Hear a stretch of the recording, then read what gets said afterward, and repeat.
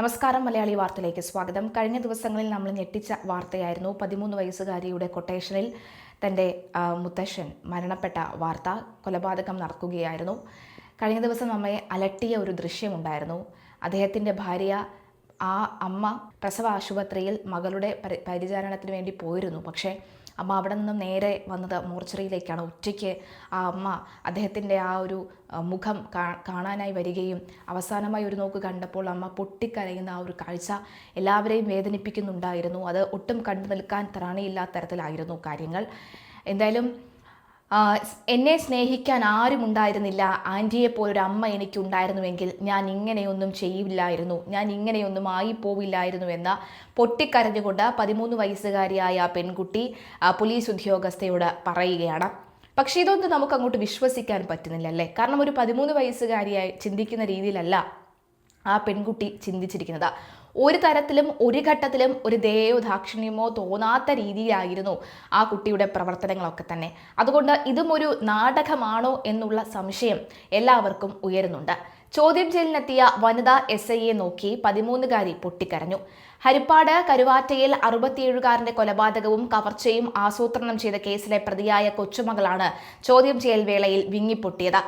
എനിക്ക് SI ആൻറ്റിയെ പോലെ എനിക്ക് ഒരമ്മയുണ്ടായിരുന്നെങ്കിൽ ഞാൻ ഇങ്ങനെ ചെയ്യുമായിരുന്നില്ല എന്നാണ് പറയുന്നത്. അതേസമയം സ്വന്തം വീട്ടിലെ മോഷണം ആസൂത്രണം ചെയ്തതും മുത്തച്ഛനെ കൊലപ്പെടുത്തണമെന്ന് സുഹൃത്തിന് കർശന നിർദ്ദേശം നൽകിയതും താനാണെന്നും പെൺകുട്ടി സമ്മതിച്ചിട്ടുണ്ട്. കുറ്റബോധമില്ലാത്ത വിധമാണ് പെൺകുട്ടി പ്രതികരിച്ചതെന്നും അന്വേഷണ ഉദ്യോഗസ്ഥർ പറയുന്നു. പ്രശ്നങ്ങൾ നിറഞ്ഞ കുടുംബാന്തരീക്ഷവും ചിൽഡ്രൻസ് ഹോമിലും ബന്ധുവീടുകളിലും മാറി മാറിയുള്ള താമസവും കുട്ടിയുടെ മാനസിക നിലയെ ബാധിച്ചിട്ടുണ്ടാകുമെന്നും പോലീസ് പറയുന്നു.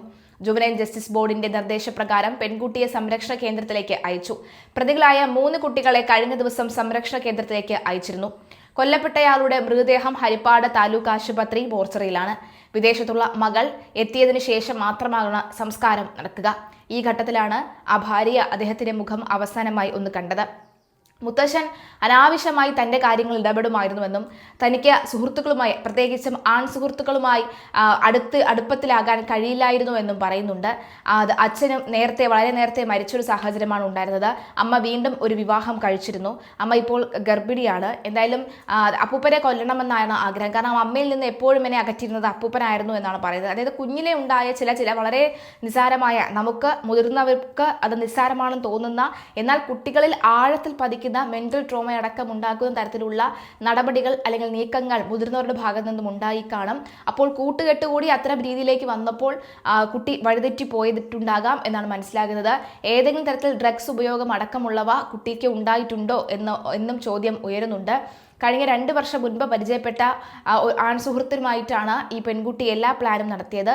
ആൺസുഹൃത്തിൻ്റെ കൂടെ മറ്റു സുഹൃത്തുക്കൾ ഉണ്ടായിരുന്നു. ആ സുഹൃത്തിനും പെൺകുട്ടിയുമായി നേരിട്ട് പരിചയമുണ്ട് എന്നാണ് മനസ്സിലാകുന്നത്. ഒരു ഓവർ കോൺഫിഡൻസ് 13 വയസ്സുകാരി ആയതുകൊണ്ടും തൻ്റെ മുത്തശ്ശനായതുകൊണ്ടും ഇത്തരത്തിൽ ഒരു തരത്തിലും തന്നിലേക്ക് വരില്ല, ഈ ഒരു അബദ്ധം അല്ലെങ്കിൽ ഈ ഒരു കുറ്റം തന്നിലേക്ക് വരില്ല എന്നും വ്യക്തമാകുന്ന സാഹചര്യത്തിലാണ് നിലവിൽ ഇപ്പോൾ അവർ തെളിവുകളൊന്നും നശിപ്പിക്കാതെ ഫോണിൽ തന്നെ സൂക്ഷിച്ചിരുന്നത് എന്നുള്ളതാണ് വളരെ പ്രധാനപ്പെട്ട കാര്യം. അതുകൊണ്ട് തന്നെ പല പഴുതുകളും പറഞ്ഞ് ഊരിപ്പോകാവുന്ന ഈ കേസിൽ നിലവിലെ സാഹചര്യത്തിൽ ഒരു പഴുതുപോലും ഇല്ല. പൂർണ്ണമായും പഴുതടച്ചുള്ള അന്വേഷണം തന്നെയാണ് പോലീസ് നടത്തുന്നത് എന്ന് വ്യക്തമാകുന്നു.